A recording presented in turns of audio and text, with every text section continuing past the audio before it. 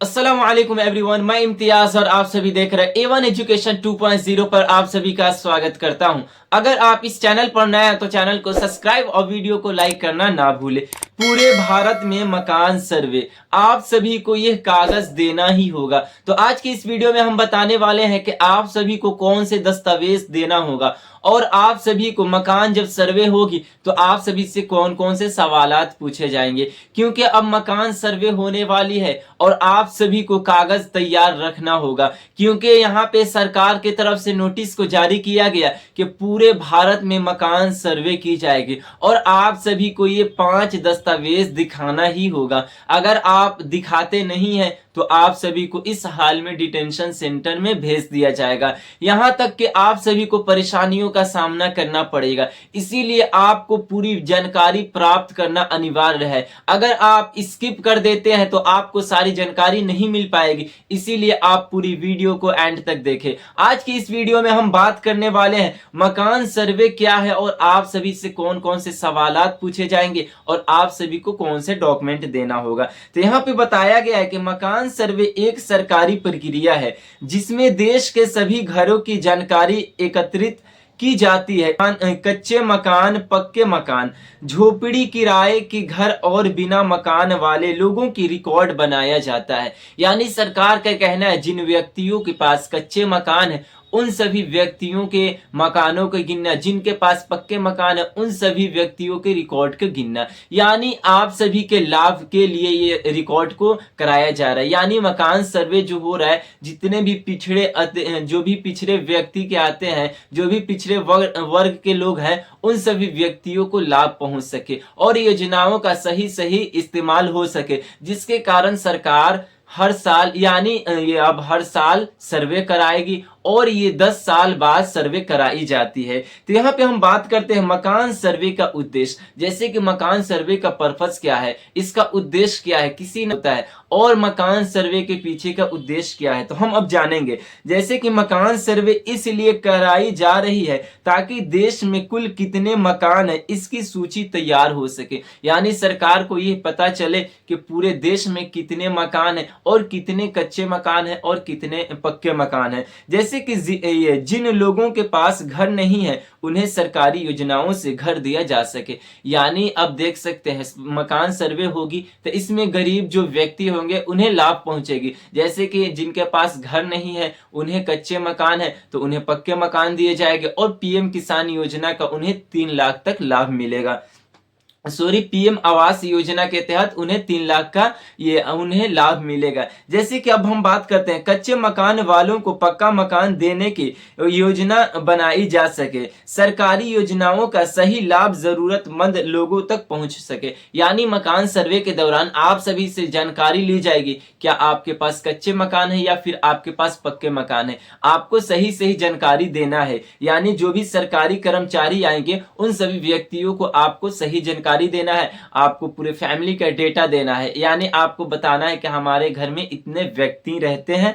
तो हम अब बात करते हैं जैसे कि सरकारी योजनाओं का सही लाभ। अब हम बात करते हैं सर्वे में कौन कौन सी जानकारी ली जाएगी। यानी आप सभी से सर्वे के दौरान कौन कौन से जानकारी प्राप्त की जाएगी। तो यहाँ पे साफ साफ बताया गया है कि सर्वे यानी सर्वे अधिकारी आपसे जानकारी कुछ पूछ सकते हैं। जैसे कि कौन कौन से जानकारी, मकान मालिक का नाम, जैसे कि आपके घर के मुखिया कौन है, आपके घर के मालिक कौन है, उन व्यक्ति के नाम को पूछा जाएगा और पूरा पता। यानी आप सभी से एड्रेस पूछा जाएगा कि आप कहाँ की निवासी है, आप कहाँ पे रहते हैं, आपके ग्राम पंचायत और प्रखंड, ये सारा एड्रेस में पूछा जाएगा। अब हम बात करते हैं मकान कच्चा है या फिर पक्का। यानी आप सभी से ये भी सवाल पूछा जाएगा आपके पास कच्चा मकान या फिर पक्का। अगर आपके पास कच्चा मकान होगा तो आपको लाभ मिलेगा, इसीलिए आपको सही सही जानकारी देना है। जैसे कि परिवार के सदस्यों की जानकारी, यानी सरकार ये पता करना चाहती है किन व्यक्ति के घर में, जिस व्यक्ति के घर में ज्यादा फैमिली है उन्हें ज्यादा अनाज दी जाए, उन्हें ज्यादा लाभ मिले, जिसके कारण आप सभी के फैमिली से भी पूछा जाएगा कि आपके घर में कितनी फैमिली है। जैसे कि यहाँ पे रोजगार की स्थिति, नौकरी, व्यवसाय आदि। यानी सरकार का कहना है कि रोजगार और नौकरी इसी अनुसार अब योजनाओं का लाभ को लाया जाएगा, जिससे जो भी यानी जो भी कमजोर तबके के लोग आते हैं उन सभी व्यक्तियों को इसका लाभ पहुंच सके। जैसे कि घर में पानी, बिजली, शौचालय जैसी सुविधाएं, अगर आपके घर में ये सारी सुविधाएं नहीं है तो आप सभी को सारी सुविधाएं दी जाएगी और जो अधिकारी आएंगे उसी वक्त ये सारा आपके घर का बायोडेटा सारा उसमें ऐड होगा और वहां पे वो सारा लिखेंगे और वो सरकार के तक ये पहुंचाएंगे और आपको सरकारी योजनाओं का लाभ मिलेगा। जैसे कि क्या किसी सरकार योजना का लाभ ले रहे हैं या नहीं, जैसे कि अगर आप सरकारी योजनाओं का लाभ लेते होंगे तो आप सभी को इसका लाभ नहीं मिलेगा, उन व्यक्तियों को लाभ मिलेगा जिनको कोई लाभ नहीं मिलती है। जैसे कि उनके घर में कोई सरकारी कर्मचारी नहीं है, वो कोई सरकारी पेशे वाले नहीं है या फिर उनके घर में कोई सरकारी काम नहीं करते, उन्हीं व्यक्तियों को ये लाभ मिलेगा। जैसे कि मकान सर्वे के लिए जरूरी 5 दस्तावेज। अब हम बात करते हैं आपके पास कौन कौन से दस्तावेज होना चाहिए, जो कि अधिकारी आप सभी से पूछेंगे तो आपको कौन से जवाब देना है और आपके पास कौन से डॉक्यूमेंट होना चाहिए। तो यहाँ पे हम आपको दस्तावेज आप सभी को तैयार ये रखना होगा। जैसे कि पहले नंबर में दस्तावेज का नाम है तो आधार कार्ड, यानी आप सभी के पहचान के लिए सबसे पहले आपसे आधार कार्ड को मांगी जाएगी। और हम दूसरे जैसे दस्तावेज की बात करेंगे तो यहाँ पे बताया गया कि जमीन के कागज जैसे कि रजिस्ट्री, खतियान, पट्टा आदि, यानी आप सभी के पास जमीन की रजिस्ट्री होनी चाहिए और आपके खतियान होनी चाहिए, ऐसे पता चल सके या फिर आपकी जमीन है या फिर आप किराए पे रहते हैं, इसीलिए आपसे जमीन के कागजात को सिर्फ आपको दिखाना है, देना नहीं है।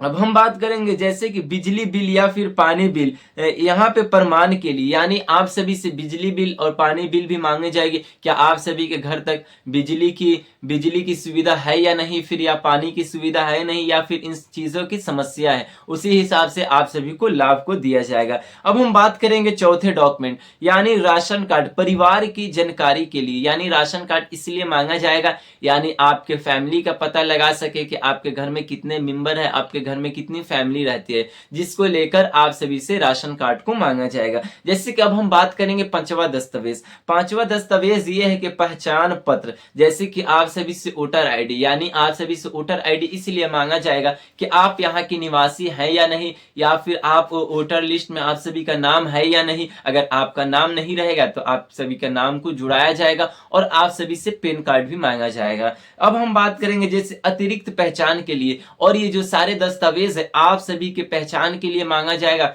क्या आप भारत के हैं या नहीं, या फिर आप किराए पे रहते हैं, या फिर आपके घर में कितनी फैमिली है, जिसको लेकर ये 5 दस्तावेज को मांगा जाएगा। हम अब बात करते हैं मकान सर्वे से होने वाले लाभ, यानी मकान सर्वे इसलिए कराई जा रही है जिससे व्यक्तियों को लाभ मिल सके, जो कमजोर तबके से आते हैं, जो पिछड़े तबके के लोग हैं, उन सभी व्यक्तियों तक लाभ को पहुंचाना, जिसके कारण सरकार ये मकान सर्वे कराने की योजना को लाई है। जैसे कि गरीब लोगों को यहाँ पे साफ साफ बताया गया है, जैसे कि गरीब लोगों को सरकारी आवास योजना का लाभ मिले। जैसे कि जिस व्यक्ति के पास गरीबी है, जिस व्यक्ति के पास कच्चे मकान है, उन सभी व्यक्तियों को यहाँ पे आवास योजना का लाभ मिल सके। जिनके पास घर नहीं है उन्हें घर मिल सके, जिसके कारण ये मकान सर्वे कराई जा रही है।